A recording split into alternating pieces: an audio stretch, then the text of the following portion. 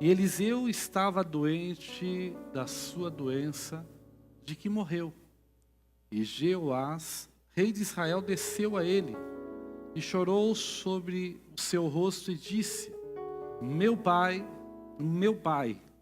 carros de Israel e seus cavaleiros.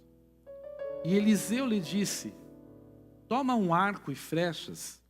E tomou o arco e flechas. Então disse ao rei de Israel: põe a tua mão sobre o arco. E pôs sobre ele a sua mão. E Eliseu pôs as suas mãos sobre as mãos do rei. E disse: abre a janela para o oriente. E abriu-a. Então disse Eliseu: atira. E atirou e disse: a flecha do livramento do Senhor é a flecha do livramento contra os sírios, porque ferirás os sírios em Afeca, até os consumir.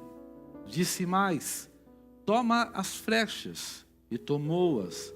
Então disse ao rei de Israel: fere a terra. E feriu-a 3 vezes e cessou. Então o homem de Deus se indignou muito contra ele e disse: com 5 ou 6 vezes deveria ter ferido, então feriria os sírios até os consumir. Porém agora, só 3 vezes ferirás os sírios. Pai, nos colocamos diante da Tua presença, Senhor, e essa é a palavra que o Senhor nos deu essa noite. Peço, Senhor Deus, humildade, que o Senhor venha se revelar nessa palavra. Espírito de Deus, move-se, age, faz segundo o Teu querer. Eu peço a Ti, Senhor, que o Senhor possa falar conosco, nos dirigir, nos dar uma direção, nos dar, ó Deus, uma bênção essa noite. Para a glória do Teu nome, eu te peço em nome de Jesus. Amém. Se assente dando glória a Deus. Aleluia. Palavra que Deus colocou no meu coração para que pudéssemos estar meditando. Fala a respeito de um rei jovem. Um rei que ainda tinha um bom tempo de reinado pela frente. Mas um rei que assumiu o reinado do seu pai corrupto. Um reinado que estava voltado à idolatria. Um reinado que não estava bem com Deus. E por não estar bem com Deus, havia brechas para que o exército sírio atacasse eles constantemente. E a Bíblia fala que algumas cidades de Israel foram tomadas pelo exército sírio por conta da desobediência. Mas a Bíblia também fala que esse rei, quando morre, deixa o seu filho. E o texto anterior, se você ler, você percebe que o seu filho permanece nos seus caminhos. Ele permanece seguindo os passos do seu pai. Ele permanece na mesma situação até que ele vê o exército sírio se levantando contra ele, contra o seu povo, contra o seu reinado, e ele percebe a possibilidade de perder o seu reinado. Ele percebe a possibilidade de sair pelos vãos dos seus dedos toda a conquista que Deus deu a Israel através dos seus primeiros reis, através até mesmo de Josué.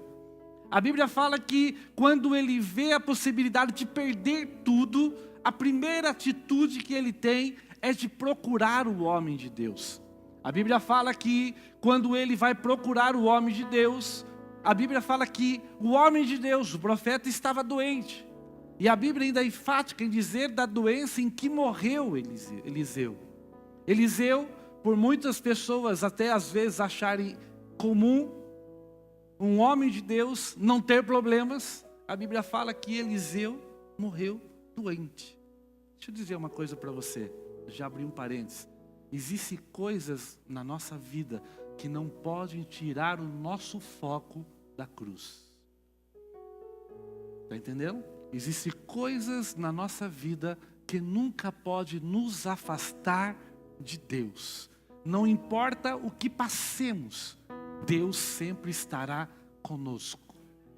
olhando para esse texto, Eliseu estava com uma enfermidade sobre a sua vida, mas Deus era com ele. Deixa eu dizer uma coisa para você, Deus é com você no momento em que você está passando, e Ele é poderoso para mudar essa história, e te dar um novo momento, um novo instante, e fazer a glória dEle repousar sobre a sua vida. Deus é poderoso. Diga assim, Deus é poderoso. Diga, Ele está comigo. E a Bíblia fala que esse rei, um jovem rei, procura Eliseu. Interessante que o texto diz que quando ele chega até Eliseu, ele chora aos seus ombros. O texto, quando você separa ele no original, você percebe que ele não chora pela situação que ele estava passando. Ele chora de compaixão pelo profeta, porque nesse texto deixa claro que ele amava o profeta. Então, esse rei já tinha tido contatos com o profeta anterior a esse momento. Ele amava o profeta. Mas interessante que amar e acreditar há uma distância muito grande. E aqui eu já abro um parênteses para dizer algo para você, irmãos. É correto amar os seus líderes, mas é importante acreditar na sua palavra. Deus levanta profetas e a Bíblia diz, acredite nos seus profetas e você prosperará.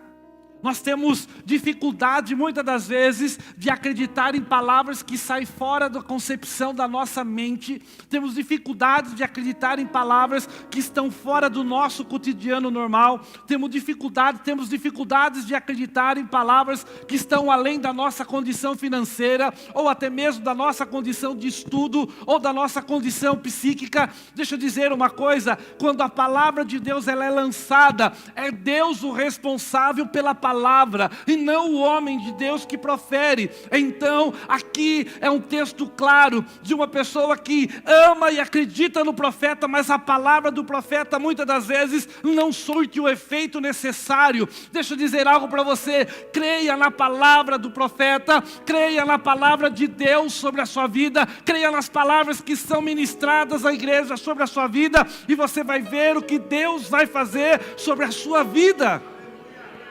Deus, Ele é fiel com a sua palavra. Diga comigo assim, Deus é fiel com a sua palavra. Diga, Ele vai ser fiel na minha vida. E essa história continua de uma forma interessante, porque quando Eliseu olha para ele para perguntar a respeito do que o trouxe até ali.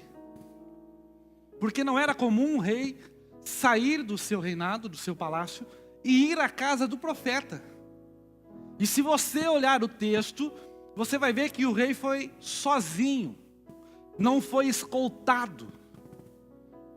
O rei não quis mostrar para ninguém que ele queria ter um particular com Deus através da vida daquele profeta. Quando ele procura então, na hora Eliseu fala, alguma coisa está acontecendo. E claro que Deus já estava dizendo ao coração dele, direcionando ele. Mas quando ele se olha e vai perguntar, antes mesmo da pergunta, o rei diz assim, meu senhor, carros e cavaleiros. Talvez você fale assim, o que tem a ver isso? Esse homem usou a mesma palavra que Eliseu usou quando Elias estava sendo levado, arrebatado, quando Elias estava subindo. Ele olha e Eliseu diz assim, meu pai, carros e cavaleiros. Quando esse rei usou essa palavra, ele estava dizendo a mesma coisa que Eliseu disse, eu preciso estar contigo, eu preciso de proximidade, eu preciso da tua unção. Na mesma hora para nós, talvez uma palavra sem conexo, sem sentido, mas Eliseu entendeu que o rei estava dizendo, eu quero essa unção, eu preciso dela. A unção que você, a única palavra que diz aí no povo, que quando você vê o Elias subindo, você disse, carros e cavaleiros, e a unção veio. Então eu venho diante de você e digo a mesma coisa, carros e cavaleiros, eu preciso da unção para continuar reinando, eu preciso da unção para vitória, eu preciso da unção para defender o nosso povo. Ele estava sendo sincero na necessidade. Deixa eu dizer uma coisa, quando precisamos de alguma coisa de Deus, temos que ser sinceros com Ele, sem reservas, sem guardar detalhes, usar a palavra de Deus, orar segundo aquilo que Deus revelou para nós. Ei, seja sincero com Deus, Ele é o teu Pai. Não tenha medo de pedir coisas grandes para Deus. Olha o que ele estava pedindo, era a mesma coisa, dizer assim, eu quero dessa unção sobre a minha vida. Quem tem unção de Deus sobre a sua vida? Deus tem unção para te dar. E a Bíblia diz no Novo Testamento, Tiago dizendo que Deus não recusa dar a ninguém. Sabe o que significa? Deus está pronto a entregar para aquele que pede. O próprio Jesus diz que aquele que pede para Deus, Deus dá a ele o Espírito Santo, o autor de toda unção. Deus está pronto para fazer um milagre e mudar a tua história. Deus está pronto para fazer você passar para algo novo. Mas interessante que esse texto nos coloca à prova. Porque para passarmos para algo novo, temos que entender que precisamos ter fé para isso. Precisamos desenvolver essa fé, e essa fé é desenvolvida no dia a dia. Temos que romper com a incredulidade, e muitas das vezes, irmãos, essa incredulidade que tenta ser lançada contra nós, ela é totalmente irracional. O que é muitas das vezes irracional são as promessas ou a palavra de Deus sobre a nossa vida. Porque a palavra de Deus não está pautada naquilo que somos ou podemos. A palavra de Deus sempre estará pautada em quem Ele é e no que Ele pode. Aí o texto diz que o profeta começa a dar uma direção profética. Nunca tome decisões sérias sem direção de Deus. E comigo, vitória vem com direção de Deus. Diga, e elas estão na palavra. Amém? O profeta diz assim para ele, pegue o arco.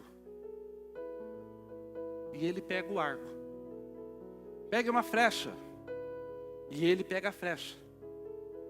Se você entender o texto, o arco e a flecha pertencem ao rei. Sabe o que significa? Deus iniciará um milagre na sua vida com aquilo que pertence a você. Porque muitas das vezes nós esperamos Deus fazer algo e trazer algo grande sobre a nossa vida para nos tirar daquele lugar, mas Deus já nos deu alguma coisa e é aquilo que Deus vai usar para fazer um milagre na nossa vida. Se você olhar, talvez o que ele precisava era uma miríade de anjos, mas o profeta falou, o arco está aí, está aqui. A flecha está aí, está aqui. Então pega o arco e pega a flecha. Sabe o que Deus está dizendo? É com aquilo que você tem que Deus vai fazer um milagre acontecer na sua vida. Não fique achando que o milagre só vai acontecer se mudar a situação financeira, se mudar a situação da saúde, se mudar a situação do relacionamento. Não, o milagre vai começar a acontecer com aquilo que você tem na sua mão. Deus vai começar a fazer o milagre acontecer com aquilo que Ele já entregou na sua mão. Parece pequeno, parece inofensivo, parece que não vai criar nenhum impacto objetivo naquilo que você precisa, mas é assim as coisas de Deus. As coisas de Deus são para aqueles que acreditam e não se importam se é pequeno, não se importam se é insignificante. O que é importante é que se está na minha mão, eu vou usar e Deus será comigo. E quando Deus é comigo, eu não preciso de mais ninguém. Diga assim, eu só preciso de uma palavra. Olha para o seu irmão e diga assim, você já tem uma palavra. Você já tem uma palavra. Nós já temos uma palavra da parte de Deus. Aleluia. E quando temos a palavra, podemos entender que Deus está na palavra. Quando ele pega o arco, a Bíblia fala de tecer o arco. Tecer o arco é esticar a corda do arco. Ele tece o arco, estica a corda do arco. E o profeta coloca a sua mão sobre a mão do rei. Sabe o que significa, irmãos, isso? Significa que o profeta estava dizendo que ele precisava da intercessão. Que ele precisava de uma cobertura. Que ele precisava estar debaixo de uma autoridade para vencer. Deixa eu dizer uma coisa para você. Permaneça debaixo de autoridades. Permaneça debaixo da autoridade espiritual. Busque pessoas que orem com você com propósito, mas não pessoas que não tenham propósito. Pessoas que tenham propósito. Porque quando você ora com pessoas que têm propósito, a sua flecha é mais rápida. Procure pessoas que entendam o reino espiritual. O rei sozinho para atirar, talvez fosse uma negativa. Mas quando o profeta pôs as mãos sobre as mãos dele que ia atirar, e fez uma palavra profética através de uma oração, tudo mudou na vida do rei. Deixa eu dizer algo. Ei, procure pessoas que têm palavra de vida para você. Não ande com pessoas que têm palavras de morte. Procure pessoas que mesmo quando olham para você e veem que a situação está difícil, eles vão dizer, vai dar certo. Porque o que precisamos são pessoas que vão nos conduzir para mais perto de Deus. Pessoas que vão nos aproximar de Deus. E nós vivemos num mundo cheio de pessoas que querem nos tirar da presença de Deus, nos afastar de Deus, nos render aos pés do mundo. Mas eu quero profetizar sobre a sua vida. Deus vai levantar pessoas como Arão e Ur para estar levantando os teus braços, para te ajudar a vencer a batalha. Deus estará contigo. Deus vai levantar pessoas intercessoras ao teu lado. Pessoas que vão dizer, vai dar certo. Já olhe para alguém e diz, vai dar certo. Pastor, eu não sei o que ele está passando. Isso é poder da profecia. Vai dar certo. Sabe qual é a maior palavra profética? É quando você não sabe a situação da pessoa. Então por isso, vira para a pessoa e diga assim, vai dar certo. Vamos mudar isso, diga assim, já está dando certo. Aleluia.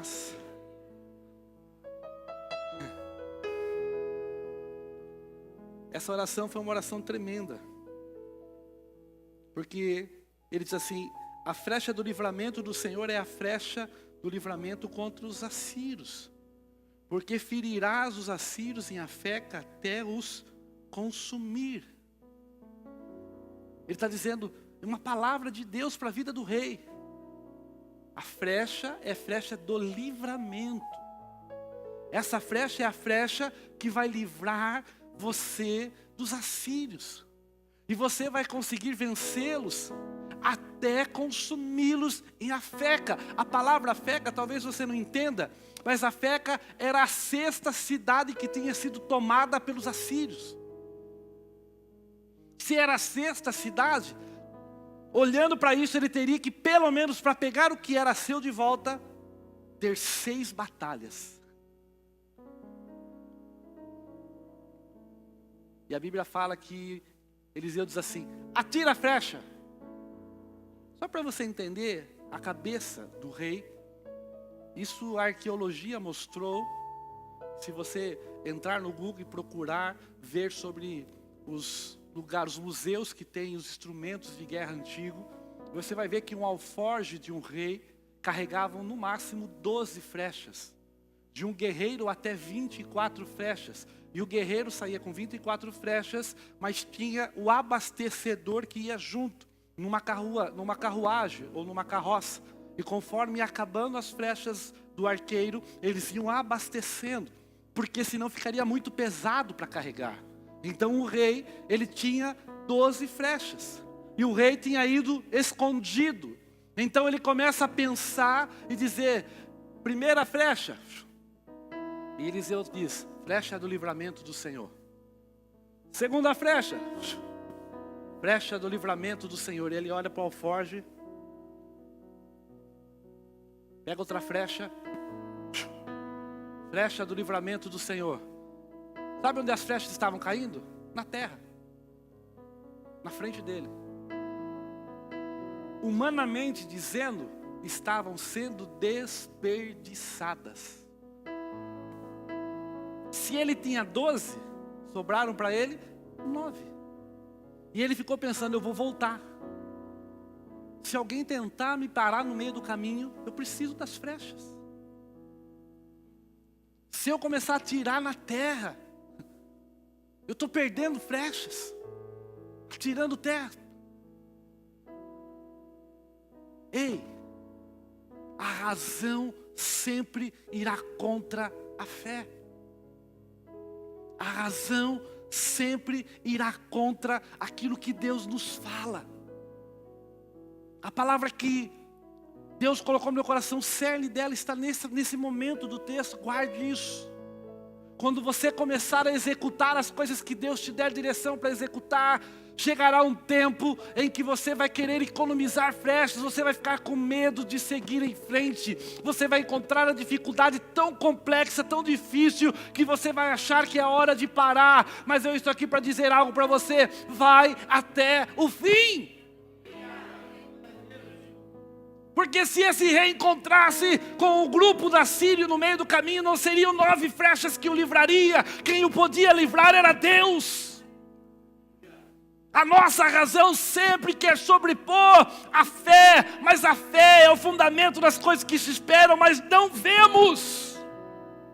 A palavra de Deus sempre será lançada na nossa vida em uma esfera daquilo que vai contra a nossa razão. Nunca tente pela razão entender a fé. Nunca tente pela razão entender a promessa. Nunca tente pela razão entender o milagre. A razão vai parar você. A razão vai colocar medo em você. A razão vai fazer você recuar. A razão vai fazer você, no mínimo, parar. Mas eu quero dizer algo para você. Você não vai parar, não vai recuar, não vai desistir. Hoje eu estou aqui para dar uma palavra para a tua vida e dizer, nós vamos seguir, nós vamos em frente, nós vamos até o fim. Porque é no fim que está o grande milagre do Senhor. E a promessa de Deus não caiu por terra. Ela é fiel e verdadeira. Ela é fiel e verdadeira. Abaixo de cantar abaixar. Aleluias.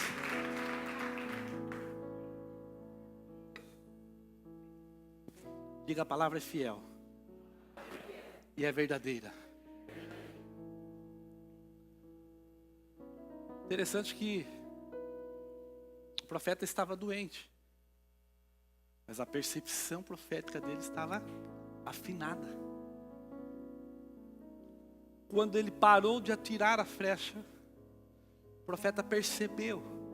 Alguns teólogos dizem que esse texto demonstra, porque a percepção não é visão, demonstra que talvez o profeta estivesse até com perda de visão.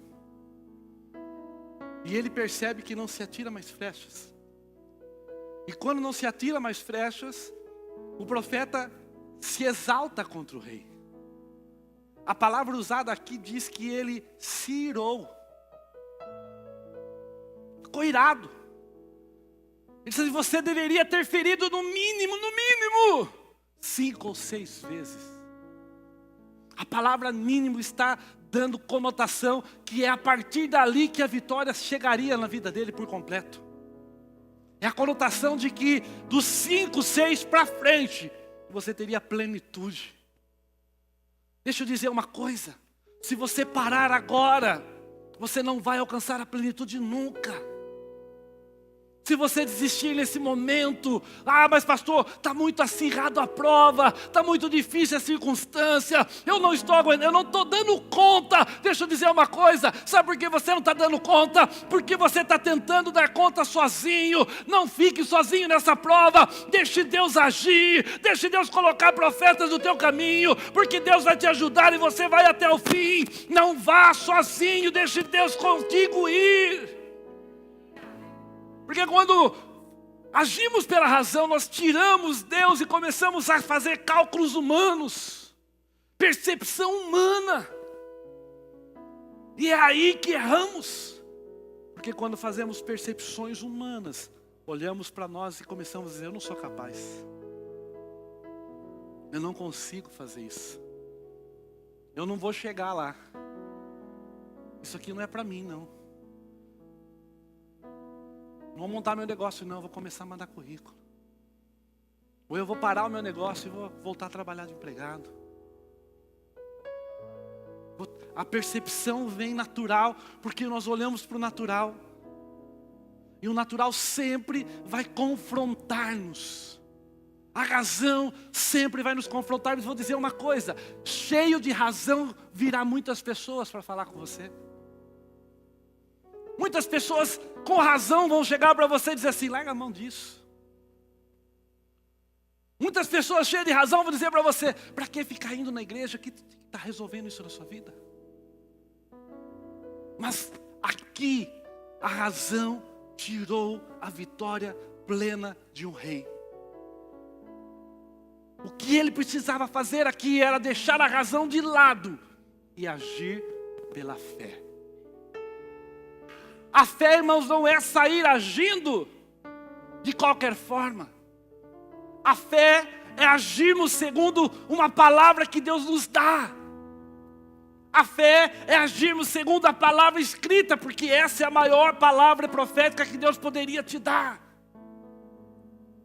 A fé é irmos na direção que Deus está nos apontando, mesmo que pareça que não tenha luz no fim do túnel, você é luz. Vá lá e acenda. Pastor, está complicado. Ei,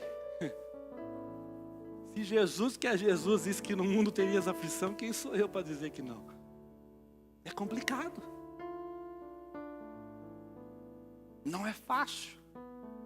Mas ele não termina falando isso. Ele termina falando assim, mas tenha fé, tenha bom ânimo. Tenha ânimo. Vá até o fim. Porque esse mundo aí eu já venci ele. Deixa eu dizer uma coisa. Lutar contra alguém que é bom de luta é difícil.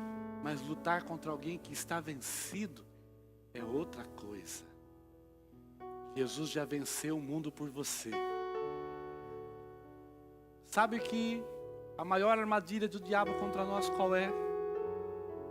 É intentar ou tentar contra os planos de Deus na nossa vida. Ele vai tentar contra os planos, vai tentar parar os planos.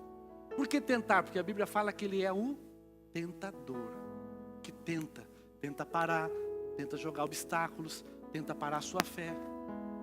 Ele é tentador por excelência. Ele vai tentar fazer você desistir. Mas deixa eu dizer uma coisa. Quando Jesus diz que ele foi vencido na cruz do Calvário, Jesus está dizendo, resistir ao diabo que ele fugirá de vós. Ele está dizendo, o tentador não pode fazer você desistir. O tentador não pode fazer você parar. Você tem que seguir pela palavra que é maior, por Deus que é maior. O que faz esse profeta ficar mais irritado é que, quando ele põe as mãos sobre a mão do rei e profetiza, ele diz assim, a flecha do livramento do Senhor, a palavra Senhor aqui é o nome de Deus. Talvez na sua tradução, quando eu estava lendo, apareceu a palavra Jeová ou Yahvé, dependendo da tradução. Ele estava dizendo assim, ei, a flecha do livramento é a flecha do livramento daquele que se torna naquilo que você precisa. Ele está dizendo assim, ei, você não tem, mas você vai ter. Não é hoje, mas vai ser amanhã. Ainda não existe. Deus trará existência para te abençoar. Deus não se importa com coisas que existam, porque para Ele fazer existir algo novo é rápido. Deixa eu dizer algo para a sua vida. Segure isso com profecia para a sua vida e se agarre nisso. Deus não depende de razão, do mundo, de coisas naturais. Deus depende dele. Como é tremendo isso. Porque a gente depende. um do outro. Mas Deus não depende de ninguém para fazer cumprir com a palavra sobre a sua vida. O profeta estava deixando claro, dizendo assim: ei, o Deus que se torna, o Deus que faz, o Deus que cria, Ele será a sua flecha. Ele não conseguiu entender. E essa hora é importante entender que quando Deus fala conosco, nós precisamos compreender Deus, entender que Deus está na palavra. João, quando escreveu o seu evangelho, ele começa o evangelho narrando que no princípio Deus era o verbo, a palavra. E a palavra se fez carne e habitou no meio dos homens. Ele está dizendo que a palavra de Deus, ela é o próprio Deus, por isso é garantia de cumprimento, é garantia de execução, é garantia de que vai dar tudo certo na nossa vida. A garantia que esse profeta estava dando para ele era que Deus era a flecha. Atira. Ah, pastor, mas estou cansado de atirar no meio do mato. Se Deus mandou, irmão, joga todo a forte para lá, uma atrás da outra. Mas eu não estou vendo resultado. Quem disse que temos que fazer por resultados? Nós temos que fazer por fé. Porque se fosse por resultados era fácil, né, pastor? Cada passo que eu dar tem resultado, pô, eu vou começar a correr. Mas a fé não é andar pelos resultados. A fé é andar acreditando que irá acontecer resultados a partir do momento que eu caminho. Os resultados estão para acontecer na sua vida. Os resultados estão para vir sobre o teu ministério. Os resultados estão para chegar na tua casa, na tua família. Os resultados estão para chegar nas tuas finanças. Os resultados de Deus estão para chegar em você. Mas você tem que continuar. Você não pode parar. Diga, eu vou até o fim. Diga, não vou me parar. Olha o teu irmão, diga assim: você não vai me parar não, hein? Fala para ele, fica esperto.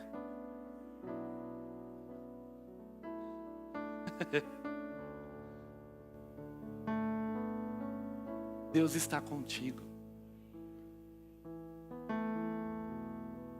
Se você continuar lendo o texto, a Bíblia fala que depois disso, desse fato, morreu Eliseu e o sepultaram.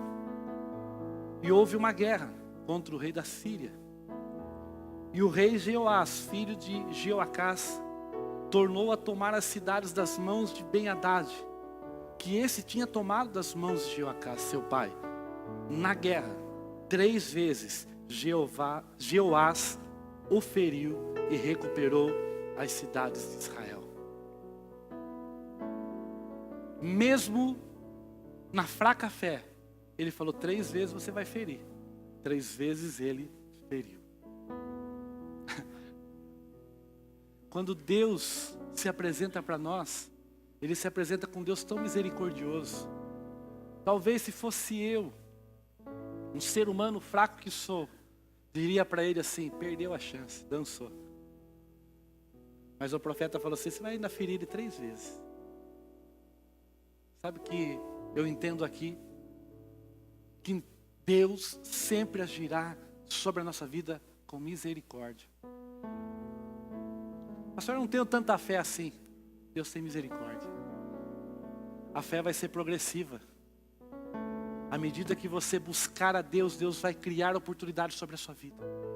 À medida que você se aproxima deles, Deus vai te fortalecer na fé. Mas é importante, acredite plenamente na palavra de Deus sobre a sua vida. Não abra mão de acreditar plenamente na palavra de Deus sobre a sua vida.